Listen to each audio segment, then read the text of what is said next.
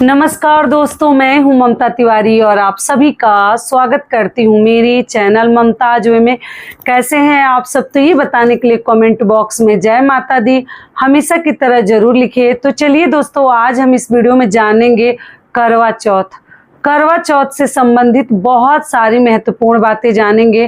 पहली बार क्या है, व्रत कर सकते हैं, किन किन बातों का इसमें हमें ध्यान रखनी चाहिए, कौन कौन से कार्य किया जाता है, बहुत सारी महत्वपूर्ण बातें आज हम इस वीडियो में जानेंगे।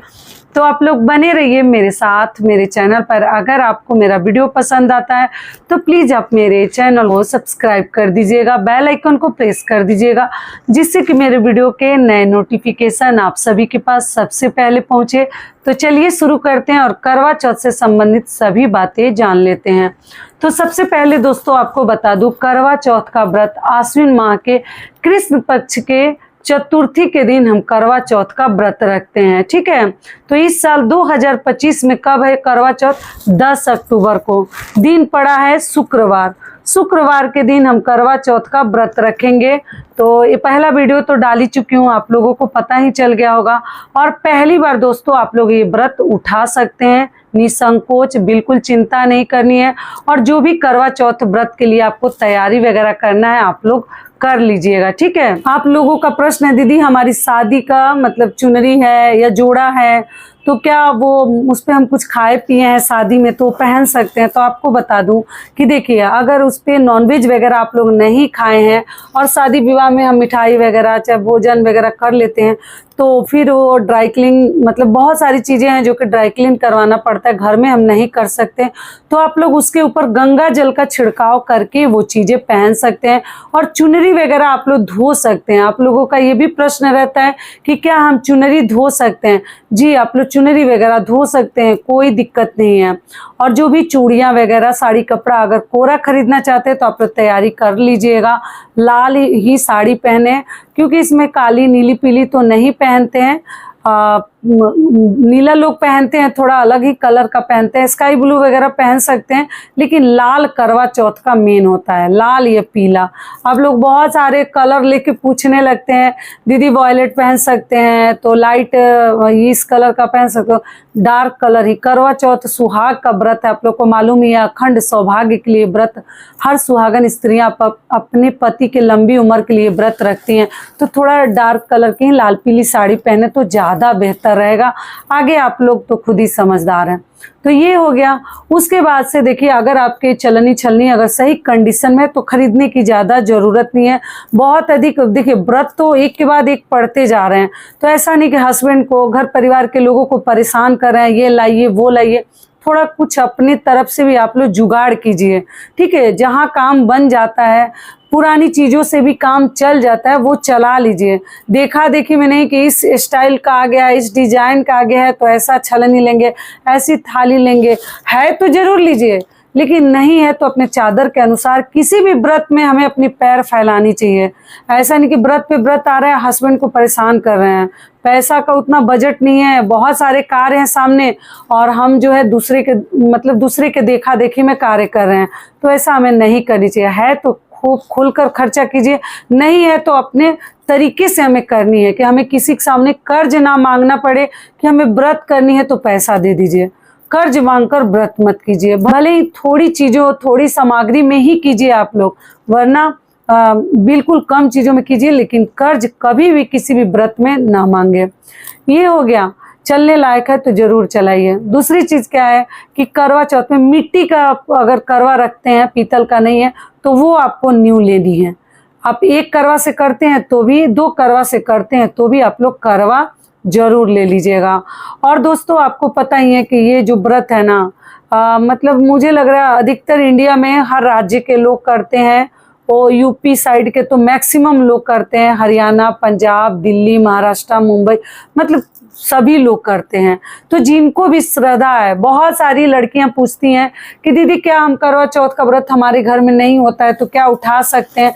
जी, अगर आपके घर में सहता है किसी प्रकार का, मतलब ऐसा नहीं कोई उठाया है तो उनके साथ कोई दुर्घटना हो गई है, तब तो मत उठाइएगा। अगर मान हो गया है तब हमें कोई भी व्रत नहीं उठानी चाहिए। लेकिन मान लीजिए कि कोई जानता ही नहीं है कि करवा चौथ कौन सा व्रत है, तो आप लोग भगवान को प्रणाम करके माता को, करवा माता को आप लोग ये व्रत उठा सकती हैं और पहली बार 2025 में आराम से उठा सकती हैं। ये हो गया। देखिए, और आप पहली बार अगर उठा रहे हैं तो कोरा साड़ी से भी कर सकते हैं, या आप लोग अपने मतलब शादी के जोड़ा से भी आप लोग कर सकते हैं। तो देख लीजिएगा आपको किससे करनी है। दूसरी चीज़ क्या है कि मान लीजिए जो लोग अगर नहीं खरीद सकते, उतना बजट नहीं है, तो आप पहनी धुली हुई साफ स्वच्छ साड़ी से भी करवा चौथ का व्रत उठा सकते हैं और कर भी सकते हैं। पहली बार करते हैं तो साड़ी जरूर बायना में निकालिएगा, और ऐसे तो हमेशा निकालनी चाहिए।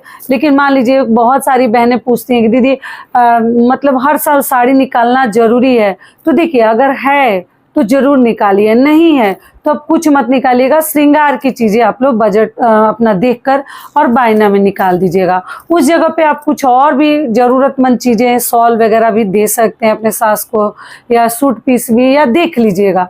ये कोई ज़बरदस्ती किसी भी व्रत में नहीं है कि हमारे पास है नहीं और हमें ये खरीदनी है तो सब कार्य कीजिए, नहीं है तो उसके बिना भी करने की आदत डाल लीजिए। तो आपको ऐसा नहीं कि हर साल आपको करनी है। अगला आप लोगों का प्रश्न है कि क्या बायना तुरंत देना जरूरी होता है? तो देखिए, अगर दान की चीज़ें अगर हम समय से दे दे तो ज़्यादा बेहतर है, क्योंकि उसका इंटरेस्ट लगने लगता है, आपको मालूम ही है।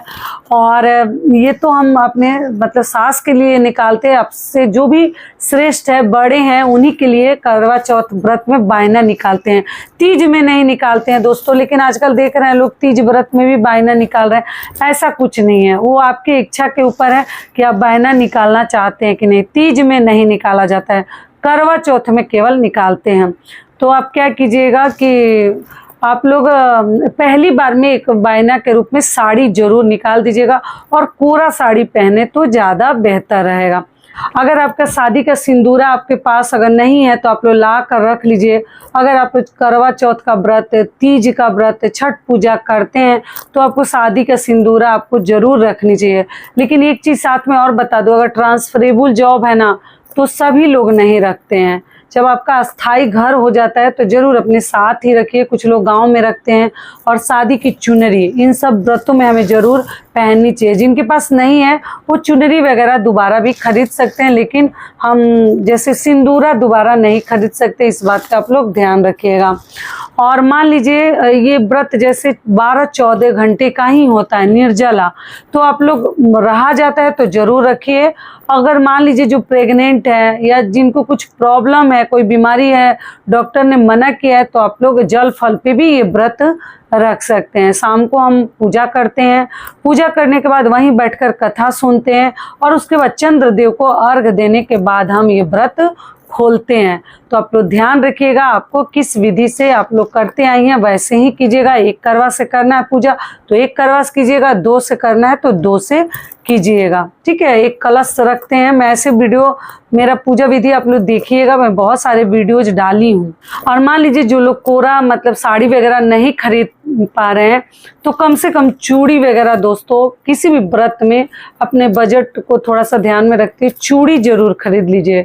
और एक सिंदूर की डिब्बी और बिंदी का पत्ता या डिब्बी जो भी मिलता है, इतना तो जरूर सुहाग की चीज़ें हर व्रत में कोरा कम से कम ले लीजिए। अगर साड़ी खरीद लिए तो आपको और बाकी चीज़ खरीदने की ज़रूरत ही नहीं है। चूड़ी खरीद ले तो सबसे बेस्ट माना जाता है, सुहाग की निशानी।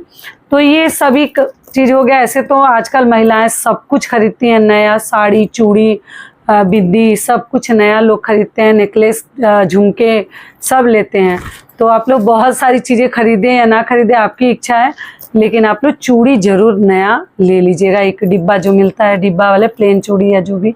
तो इस प्रकार से हम करवा चौथ का व्रत करते हैं। उसके बाद पति पूजन करते हैं, चंद्रदेव को अर्घ देने के बाद करवा माता को प्रणाम करते हैं, और उसके बाद से हम जो भी मतलब भोजन बनाते हैं वो हम करते हैं। अगली चीज़ क्या है, आप लोग एक चीज़ और पूछते हैं कि मासिक धर्म में ये व्रत कैसे करें। तो देखिए, मासिक धर्म में भी ये व्रत पहली बार आप लोग उठा सकते हैं, फिर आगे कैसा सिचुएशन रहेगा, फिर हमारा व्रत वहीं का वहीं रह जाता है, हम नहीं उठा पाते हैं। तो मासिक धर्म में भी आप लोग उठा लीजिएगा, कथा सुन सकते हैं, दूर से प्रणाम कर सकते हैं, चंद्रदेव को भी प्रणाम कर सकते हैं। और सिंपल विधि से आपके घर परिवार में कोई है तो उनसे करवा माता की फोटो रखकर केवल प्रसाद, पुष्प, ये सब चीज़ें चढ़ाकर आप प्रणाम करवा सकती हैं।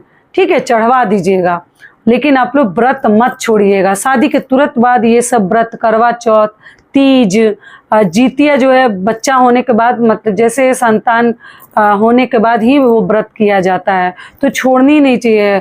जितिया व्रत में आप लोग पूछते हैं दीदी हमारा इतना साल हो गया, अभी बच्चा छोटा है, नहीं उठाना चाहते हैं, तो देखिए वो आपके घर का नियम है, लेकिन हमारे में है ना कि जैसे बच्चा होने के मतलब संतान प्राप्ति के बाद तुरंत ही हम लोग जितिया व्रत उठा लेते हैं। शादी के तुरंत अगले साल अगर कोई दिक्कत नहीं है तो हम लोग जैसे तीज भी उठा लेते हैं, करवा चौथ भी। तो आप लोग जरूर उठा लिया कीजिए, टालिए मत।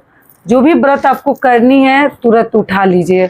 तो आशा करती हूँ करवा चौथ से संबंधित सभी बातें दोस्तों आपको पता चल गई। चंद्रोदय का समय क्या है, पूजा का शुभ मुहूर्त क्या है, वो भी मैं आपको बता देती हूँ। ठीक है, शुभ मुहूर्त है शाम को 5:57 से लेकर 7:38 तक आप लोग करवा चौथ की पूजा कर सकते हैं। चंद्रोदय का समय है रात 8:33 पर आप लोग चंद्रदेव को अर्घ देकर अपना व्रत खोल सकते हैं। ऐसे हर राज्य में दोस्तों अलग अलग समय पे चंद्रोदय होता है, तो आप लोग अपने राज्य का देखकर उसके अनुसार जब तक चंद्र देवता दिख नहीं जाते हैं तब तक हमें व्रत नहीं खोलनी चाहिए। और दोस्तों आप सभी से एक छोटी सी रिक्वेस्ट है, अगर वीडियो पसंद आता है तो चैनल को पक्का सब्सक्राइब कर दीजिएगा और वीडियो को लाइक कर दीजिएगा, क्योंकि आपकी एक छोटी सी लाइक से हमें बहुत अधिक हिम्मत और प्रेरणा मिलती है। तो जरूर कीजिएगा, बिल्कुल मत भूलिएगा। फिर मिलती हूँ एक नए वीडियो में, तब तक के लिए नमस्कार, धन्यवाद।